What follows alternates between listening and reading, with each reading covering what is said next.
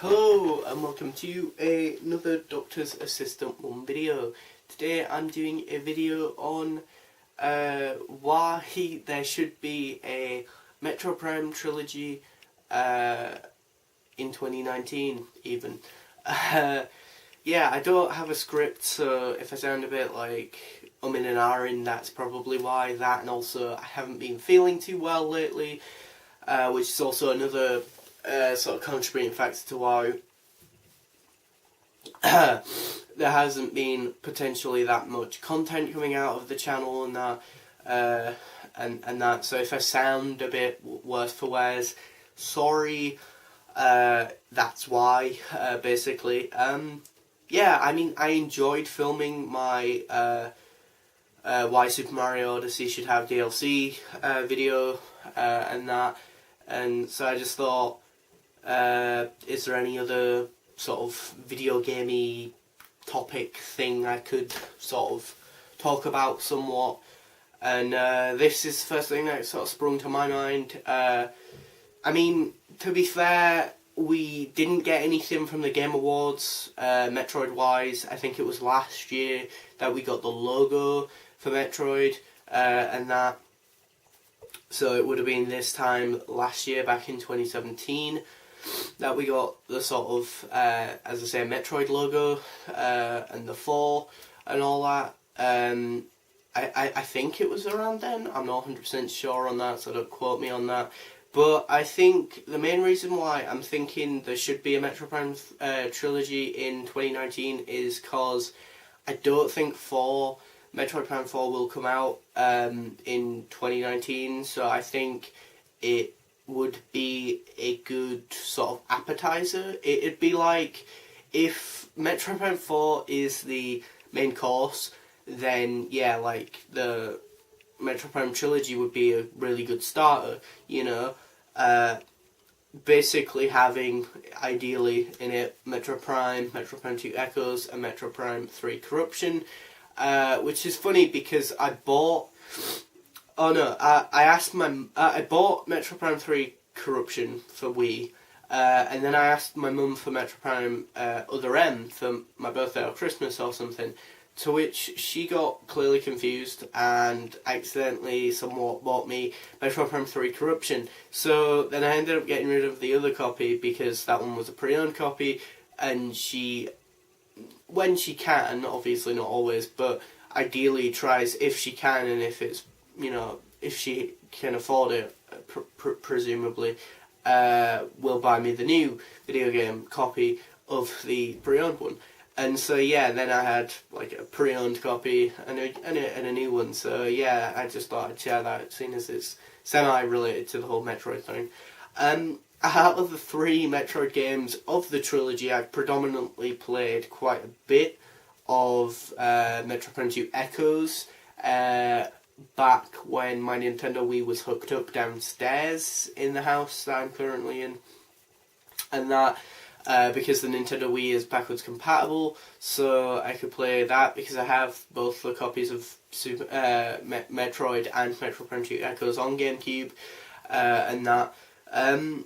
Yeah, I mean, it's weird. It's like one person at college, at my old college, he only played the 2D Metroid games, never played any 3D Metroid games, whereas I was the polar opposite. I'd only played the 3D ones, and I've never played any of the 2D ones, so yeah.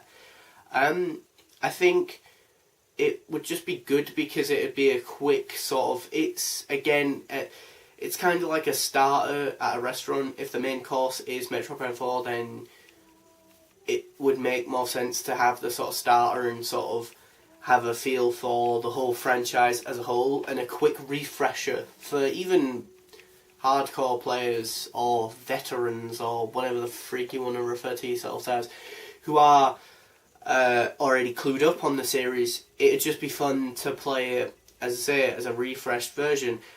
Someone on, I think it's Pear is his name, from Nintendo Voice Chat, NVC and on Nintendo Voice Chat, IGN made a valid point, which I hadn't really thought about, which is that it'll be really cool to see the first 3 Metroid games in HD, because the thing is, and much like anyone else, to be fair, I often forget the Wii U is actually the first HD console for Nintendo, because again, you just assume that when everyone else had a HD console, 360 and PS3, that so did Nintendo, but no, it was not until the next generation. But that's all well and good, but that didn't have quite the heavy hitters that the Switch has, and one of the heavy hitters being Metroid Prime 4.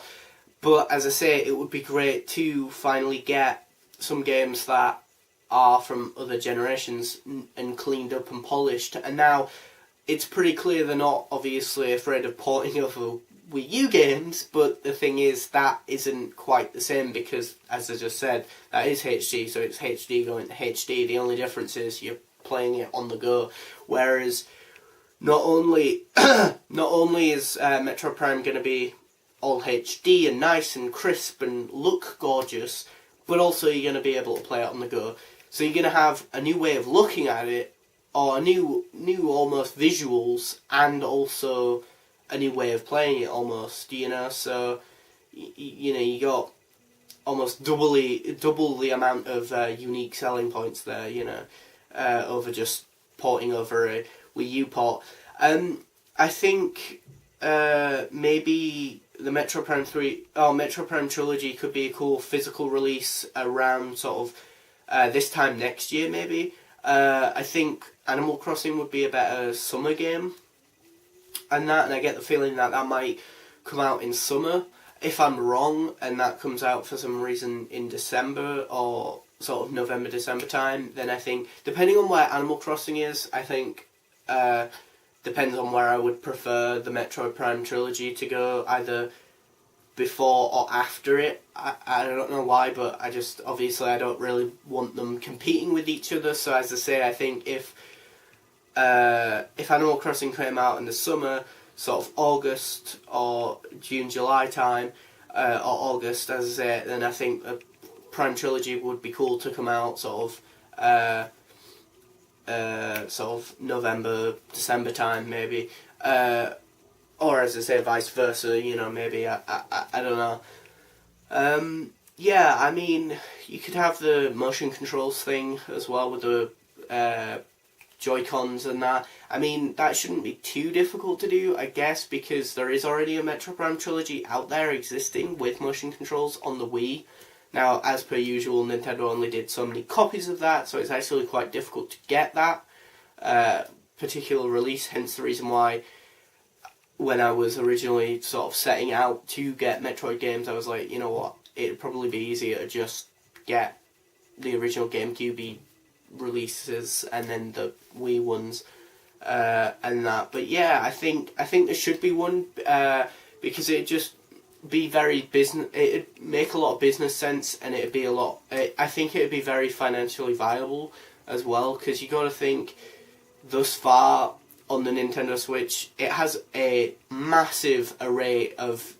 breathtaking massive array of different genres and different stuff, from platformers to simulators to RPGs to JRPGs to FPSs to all manner of stuff. But I think it would always help to get even more, you know, and I think Metroid could be that, you know, it definitely fills a void in the market, I think, or a gap in the market, and I think it would be so financially viable for Nintendo to bring it out and really sort of try and push it, you know, as much as possible. I know statistically speaking and financially speaking, apparently it's not one of their biggest financially profitable franchises, but to be fair, I think anything can be a bit more financially viable if obviously marketed right and released right, and that. Although, to be fair, that makes it sound like all the other Metroid games in the whole franchise and history have been marketed and been sort of pushed poorly, and Nintendo have just been like, oh, here's a Metroid game, and never talked about it, which they might have done, they may not have done, I don't know, I didn't do any sort of research into this video, or before this video even. So yeah, those were my thoughts on why I think the Metroid Prime Trilogy should release and come out on Switch at some point in 2019. So yeah, thanks for watching, comment, rate and subscribe.